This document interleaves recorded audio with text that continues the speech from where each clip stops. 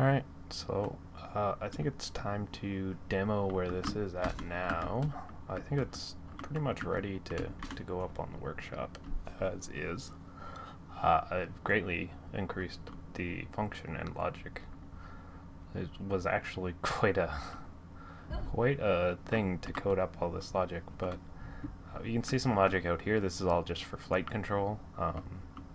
Everything else is contained within this little cockpit for all these rotors, hinges, wheels, all that. But if we go up here, we can see if we bring this forward, we have essentially positional on these, so it'll go to a position. This controls the propulsion override. This controls the rotor speed velocity, and we can set that from 0 to 6. So we got 6 gears. Now in the center we have just 3, and they all control velocities, and it's just kind of like off-on type situation.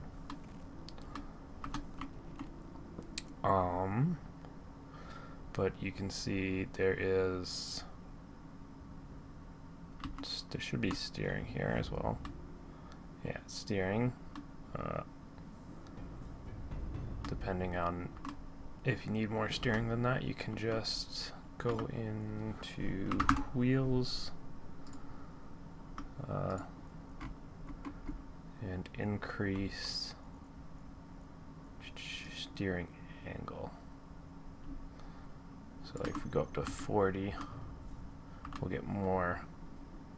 If you need more than like what you can do with that, you need to go into the logic, into this logic here to change it. It's all pretty good. It's actually pretty surprisingly compact for like the main logic. The flight logic's quite a bit bigger because it was a little more complicated. But as you can see here, we've got 5 event blocks for each lever, which gives us our 6 gears, 3 for the center one, which gives it a 3, and then there's 4 timer blocks to control some of the rotor logic. We've got a projector just to make it easier to build in survival. It's very buildable in survival, I think. And there's a remote control here that's just for handbrakes if you're using propulsion. If you're doing something like Splitsies Ronco build where you've got no access to remote controls at all, then obviously you have to change things. There is also a detection, so if you're ever whatever, as soon as you leave the cockpit, it's going to zero itself and kind of shut down everything. The center access, as you can see, where you stop it is where it'll stop. I think I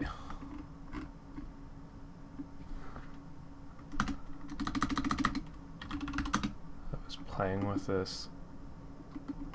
Obviously you're gonna have to kind of tune those a little bit to your own liking, how much force you want, and of course it depends on your improvised or experimental engineer or whatever it is. Improvised engineering or experimentation. It depends on your settings. If you've got stronger hands, then you can use higher forces, which would mean that there's less chance of you accidentally like kicking this over a bit or a bump or whatever causing issue. But as you can see here, we can like turn off piston control, and then that'll control everything but pistons because that's the only thing that's disabled. But if we go shut it all off, actually we don't even need to shut it all off, I can show you. So we've got everything enabled right now. If we go over here and we turn on cluster controls, that is going to disable everything but the propulsion. There's a weird reason for that, but yeah. And as you can see, this is our forward lever. So we've got up to 939 newtons of force back and forth.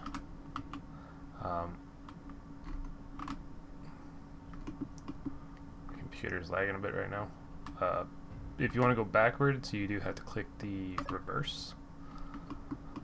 And that's the same for like rotor control and everything. This means, the way I set it up like this means that you always have 6 gears forward or reverse. Over here we've got up down,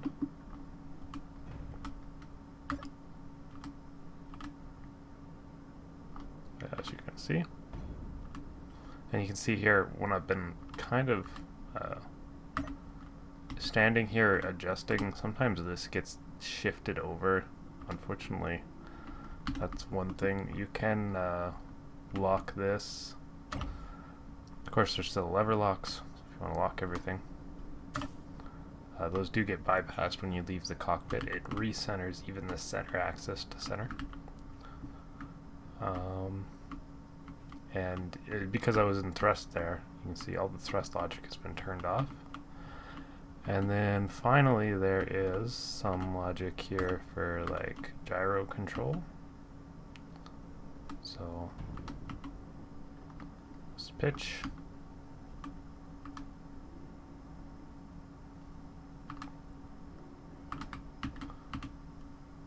Pitch and roll.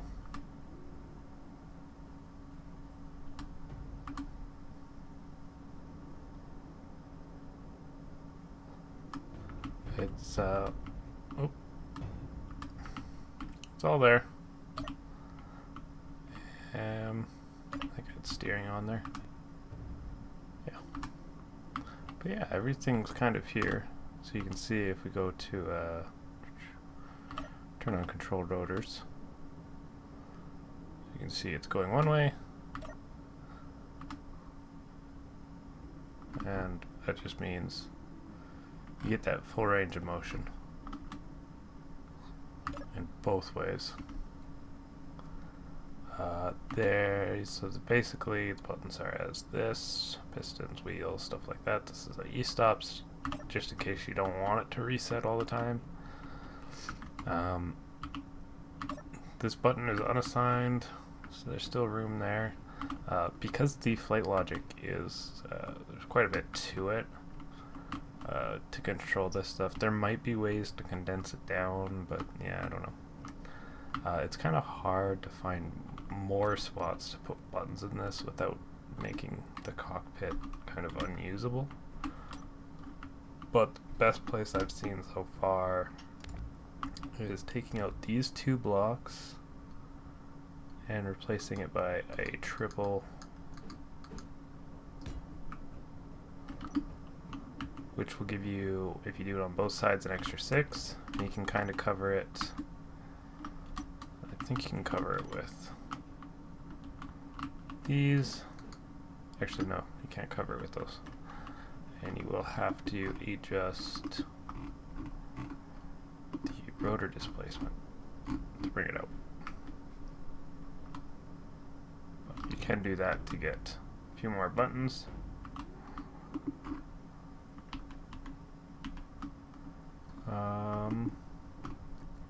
So that's how you get the buttons necessary for the flight control. I haven't built like a full proper flying vessel with it yet, nor have I even built a rover with this yet. I've been spending the last 3 days of my spare time just coding the logic for this. There is quite a bit. The flight logic was possibly done in a less optimal way. I'm using pretty much solely timer blocks and then picking back off the original routine. There's something to be said about just doing another 5 event controllers. You might be able to condense this 16 blocks down to like 10 using event controllers. But this means it's all compatible with the same routine, which I think is better. And it required a lot of extra blocks just because the way you can modify thrusters is all you can do is up and down thrust override. You can't set a thrust override. You can't reset the thrust override. So I had to make it so it was all working properly, and then it still needs to be like, you can't just shut the thrusters off when you're operating your rotors or your pistons or whatever, because if it's a flying vessel, those are keeping you up in the air, so you need to reduce the override so that they can actually keep you floating. And that requires a lot of extra logic. And ironically, the gyro is just 6 blocks, plus 4 for trigger blocks. It's a fun bit of logic here. But it's kind of all here. There's a bunch of screens around the place that kind of tell you how things work, so you can implement it in your own build. But it's I think I'm going to post it up now.